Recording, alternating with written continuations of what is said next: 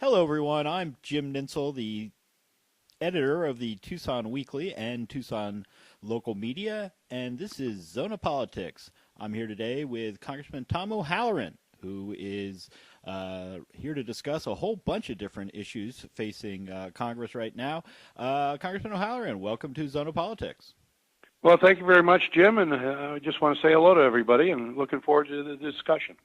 Well, why don't we just start right off the bat with this big tax plan that the Republicans have finally revealed the details of, and get your initial impressions of what's going on there. Well, it's a good thing they've also revealed it to their own caucus too, so we've all now gotten to see it.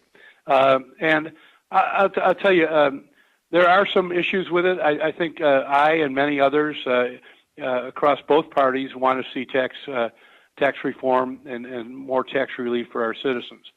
But it's being done in a way that is not in keeping with what many of us thought was going to come down. I mean, just to give you an indication, top income earners will see an average tax cut of $175,000, while we're talking people in the middle class of pennies on the dollar. And one of the big issues, of course, is adding with just pure cost $1.5 trillion in national debt over the next 10 years.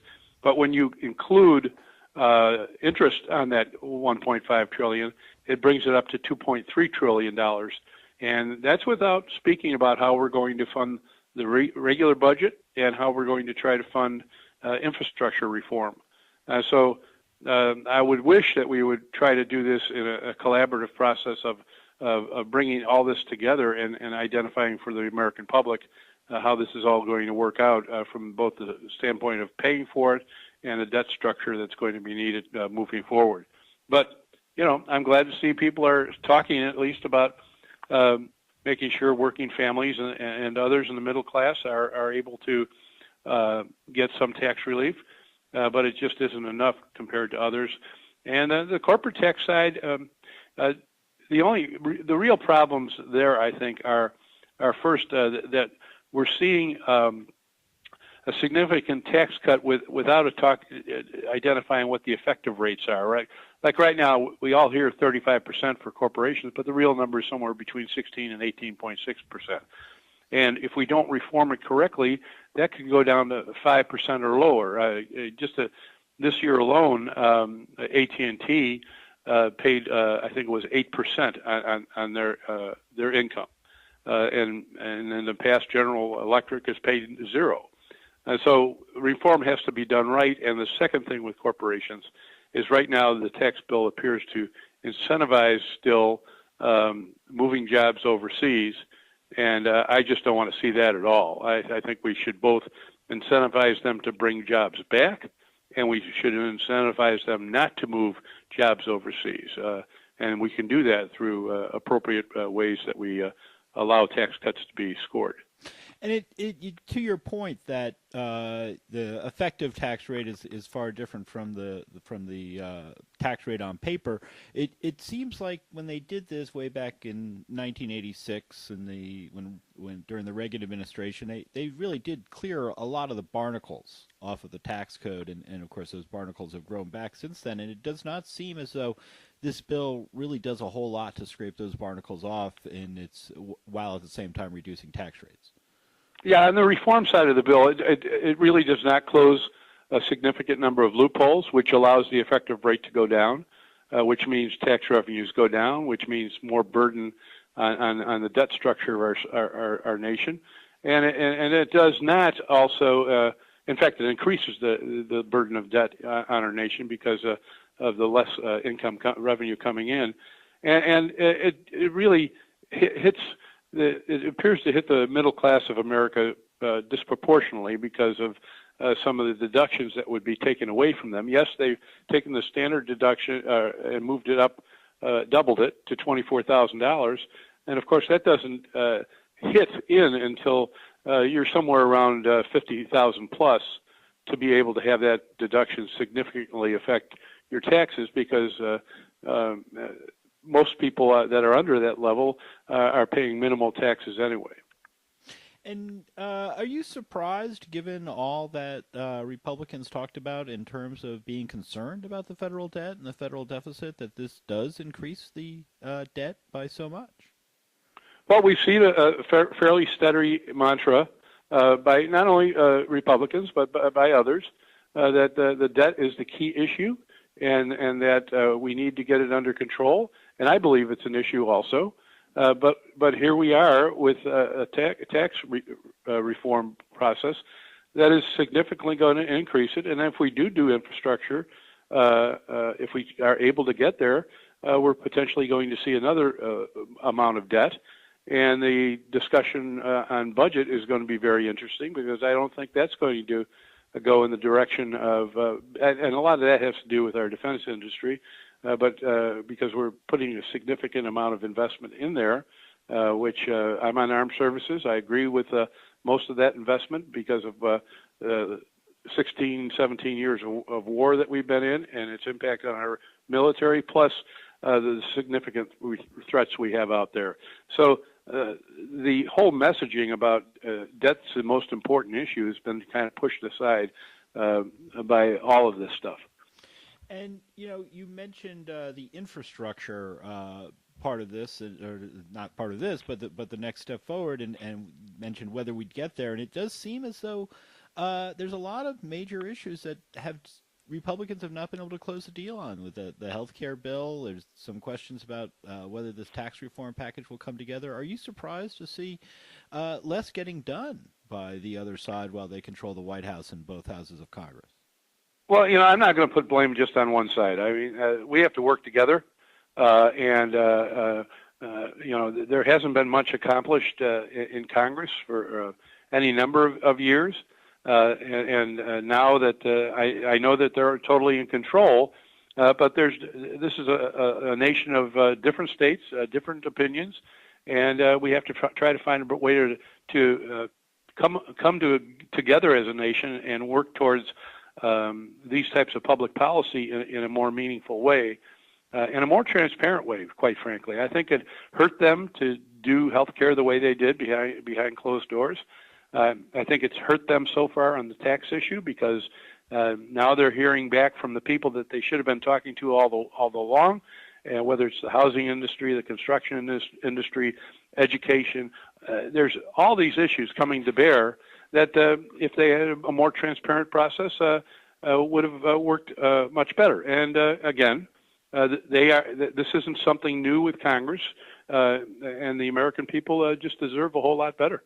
And if you're just joining us, this is Zona Politics with Jim Nitzel, and I'm talking today with Congressman Tom O'Halleran about a host of issues facing the country right now. And I want to ask one more last question on the tax package and then move on. But what are your thoughts on the repeal of the estate tax?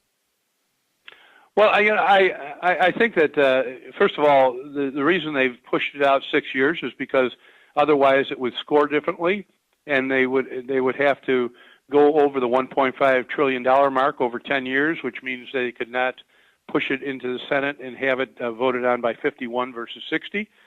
So it'll be very interesting to see what happens in the Senate. I'm not necessarily, I'm not in favor of cutting the estate tax for people that can afford to pay it. Concerned about family farms and family businesses at a smaller level, and right now the ceiling is about $11 million, and with inflation and everything else, I think we should be able to get that at a higher level. I don't know what the exact level should be. There's a proposal to double that for a family, and a single individual would move up also to 11 million, and family up to 22 million. And I'm willing to look at that. I don't think taking and allowing people that are already getting on average $175,000 tax break each year over the next 10 years is going to, and adding to our deficit, is the direction we should be going in. Yeah, it seems as though in the case of the estate tax, there's a lot of capital gains that end up not being taxed as a result of passing assets on to heirs because of the way the tax is currently structured, and expanding that expanding the estate tax or eliminating the estate tax would seem to allow a lot of that money to just be passed on with no taxation whatsoever. Exactly, and on the corporate side, if they don't do something with the loopholes that are out there, we saw this in 1986 and afterwards, that 80% of the monies that were saved in taxes by the corporations, 80% of that went to shareholders and additional spending on salaries. It did not go to reinvestment in the American infrastructure and the American economy. I mean, turning it over to other Americans to go out and buy something or put it into their pension plan, that's one thing, and it's a good thing. But we also have to get a significant amount of that invested back into America, and we haven't been doing that. And then, obviously, there's still pieces in this corporate plan that would actually still incentivize moving jobs overseas. I just don't understand that one at all. I mean, I was shocked when that came out last week because we had all been talking about the fact that we have to stop this and we have to incentivize our people to keep jobs in America. And so that's something that we really need to address. I want to shift gears over to border security, and the group here in Southern Arizona, the new group Indivisible Southern Arizona, recently protested in front of your office after you voted in favor of the Criminal Alien Gang Removal Act. And the group was concerned, among other elements in the legislation, that it would have created penalties for people who engage in humanitarian aid, which, of course, is a topic front and center out here in Southern Arizona.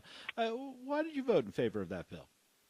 Well, first of all, I've asked a lot of people involved in the legal side of that, and they did not see any issue involved with people that are giving humanitarian aid. And that was, I don't think that was the intent of the bill, nor do I think that would have been appropriate. I come from a law enforcement background, and I don't think that people that are convicted felons that are in the nation, and the note I said felons, not somebody with the DUI or not somebody that's been convicted of a misdemeanor or something. These are convicted felons, and I just feel that based on the issues that we have in society here in America, we don't need to have people here that are not American citizens committing crimes within our country. We have to have some way of stopping that from occurring. And on the same day I voted for that, I also voted that no on a bill to penalize sanctuary cities, because I think that's going against the whole principle of our citizens' ability to be free, because as we've seen in Maricopa County, many people that are citizens of the United States were caught up in the whole process. And I'm also think that if the federal government wants local police departments to address these issues, do it on the federal tax dollar and not the tax dollar on our property taxes and our other issues, and secure the border. There's universal commitment in Congress that our border needs to be secured. How we secure it is one thing, but if you take a look at how the numbers are going right now, in the last number of years, even before the Trump administration, border crossings have been going down consistently because we've brought more officers to the borders, and more importantly, we've brought a lot more technology, and that's something that we'll continue to do. But having been involved in law enforcement, walls don't do much at all to stop this process. What's the latest on the situation with the DACA kids, the Dreamers? I know we've seen a lot of mixed messages, I think you fairly say, from the Trump administration on this front. Are you getting any sense that this could be part of a year-end spending bill wrapped into that, or is that off the table now, or do you get any sense that this situation will be resolved before the 6-month fuse burns out that the Trump administration lit? I think that the spending bill issue is still there. It's all part of the negotiation. Obviously, we want any spending bill or anything dealing with pure DACA issues to be free of any other impediments. They should not be tying it to a wall at the border. If they were going to tie it to something at the border, it should be appropriate technology that's going to help us secure the border to a higher level, not tying it to some political promise that and when you talk to the experts in this, it doesn't. It's not reality of how that would all work. And, it's not just a fence.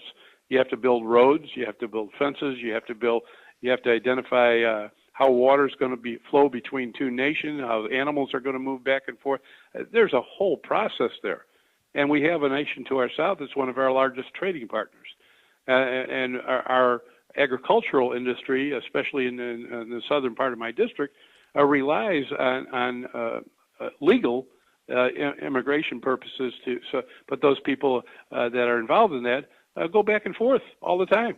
So we have to make sure that our commerce can flow appropriately and our commitments can continue on, but also have a border that's secure from the threats of whether it's terrorism or just the fact that we as a country should be able to control our own borders. And in terms of the DACA, do you think that will be resolved here in the coming months? And do you support a path to citizenship for the Dreamers? If I recall. No, I've been on record on that one for a long time. I definitely do. If they weren't obviously they weren't born here, but they've lived here most of their lives. They've been part of our communities. If they do not have a criminal record. Then they pass the checks, which all of them do each and every time they have to reapply. They have to go through that process. I don't see any reason why people that have been within our society for up to 20 years or so should be just arbitrarily told that they have to leave our country. They're providing tax dollars. Their friends are within the larger community. They're important to the larger community from the economic standpoint, and we need good, smart people in this country, and to be able to have the workforce of the future. So, no, I'm in total agreement that we should make sure that their status is permanent. I would prefer that be a permanent status based on their rights to become citizens over time, and that. We clear this up. There's no reason based on 2013 when the Gang of Eight passed what everybody believed was a bill on immigration that would have solved all these problems. Here we are almost 5 years later and still talking about immigration in this country when we could have resolved that and border security and visa programs back in 2013.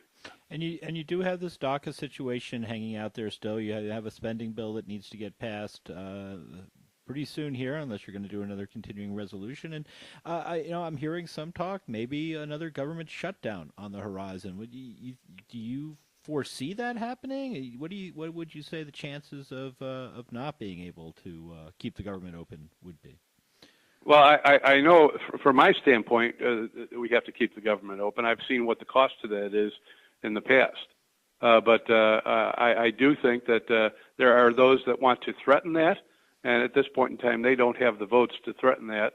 And I'm sad to say that it appears that because of the inflexibility of some, that we're going to continue down a path of continuing resolution, which, just the military alone, it costs them $3 to $5 billion every time we do one of these continuing resolutions, because they have to cut back on the amount of planes they're going to build or ships they're going to build that are built into the contractual obligations. So it's not a good situation for either stability within our government system of paying bills and budgeting, and it's definitely not good for the American taxpayer. And, Senator Jeff Flake gave quite a speech announcing his retirement on the Senate floor and really called President Trump to task on that and members of his own party.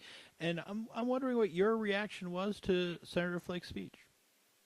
Well, I think that those types of speeches are long overdue by people that are wanting to be leaders, and whether it's Jeff Flake, Senator Flake, or Senator McCain. I'm glad that people finally come around to the fact that we should, and I think he did more than just take the president to task. He took the Congress to task too for not fulfilling its obligations. And I think on both cases, one, the president has to start to understand how the system works. It's co-equal branches of government, not just one branch of government that tells everybody else what to do. And that's how our founding fathers and our Constitution works. And again, and going after Senator McCain on a multitude of issues, but to say that a sitting senator of the state of Arizona or any other state doesn't have the right to vote in what he believes or she believes is the best interest of the citizens of that state, and to be criticized for that because he wanted them to vote for political purposes is just not in keeping with what the American governmental system is. We saw the health care debate play out and end with the Affordable Care Act still in place, but it does appear that the Trump administration is shortening the amount of time that people have to sign up on the online exchanges and reducing these payments to insurance companies to help make up for the losses they suffer as they insure folks who have pre-existing conditions and whatnot. I'm wondering, do you think the Trump administration is setting out to sabotage the Affordable Care Act? I don't know what their intent is. I do know that we have more people signing up for it now at this point in the open enrollment period than we have had in the past. I think that it's short-sighted to, and I don't know what his advisors are telling him, but I do know that based on the past, as more people become uninsured and more costs go up, that we have a situation where people are now back to in emergency rooms and not getting preventative health care, and almost 70-some% of the people in America want us to come up with something that's workable. And there's no reason right now that we should be applying this pressure when we have the Alexander Murray bill working its way through the Senate, and we have some proposals out of the not Freedom Caucus, the Problem Solvers Caucus, which I am a member of, and trying to make sure that we bring about a bipartisan bill that is representative of the needs of the people of America in healthcare, and trying to both get control of the spending and oversight. So we're working in that direction, and I'm hopeful that leadership will start to understand that we need to have this discussion as a country. And with the Problem Solvers Caucus, if I recall correctly, it was a framework that you guys developed in terms of what you both saw on the Republican and Democratic side as potential solutions to some of the challenges that the Affordable Care Act faces, but it hadn't actually been turned into any kind of legislation. Has there been any progress on that front in the House? We are working on legislation for that. I imagine we'll have it out in 2 or 3 weeks. But we're happy to also say that the Alexander Murray bill, which Senator Schumer thinks is the right direction to go in, and so does leadership in the House, Democratic leadership in the House, is something that and many Republicans, by the way, believe that the framework of that is based on what the Problem Solvers had put out as a proposal. And if you're just joining us, I am Jim Nitzel, host of Zona Politics, and we're talking with Congressman Tom O'Halleran of Congressional District 1, the district that includes Oro Valley and Marana, but also northern Arizona and eastern Arizona. It's a big district, Congressman. It is. I'm going to be heading home tomorrow, and I'll land, and I'll spend the weekend there and then come back and never have seen my house. So, and that happens a lot of weekends, but that's part of the job. It's a big district. It takes time to cover, and the good thing about it, it's full of great people and great scenery, and it makes you care for it even more. And one of your predecessors up there in CD1, Ann Kirkpatrick, has now moved down here to southern Arizona and is looking to run in Congressional District 2.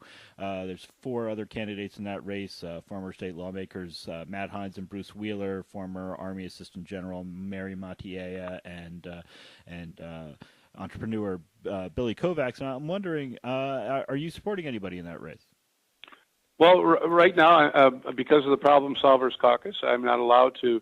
Martha McSally is part of that caucus, and as part of the bylaws of the caucus, we cannot work against another member of the caucus in order so that we can have honest and trustworthy discussions at the table. If Martha McSally chooses to run for the Senate, which was the rumor being passed around yesterday, I haven't seen any formal declaration, then I will be able to take a side in that race. All right. Well, that's all the time we have for you today, Congressman, but I thank you so much for joining us, Congressman Tom O'Halleran of Congressional District 1 here on Zona Politics with Jim Nitzel. Thank you for your time today. Really enjoyed it, Jim, and anytime. Thanks a lot. All right.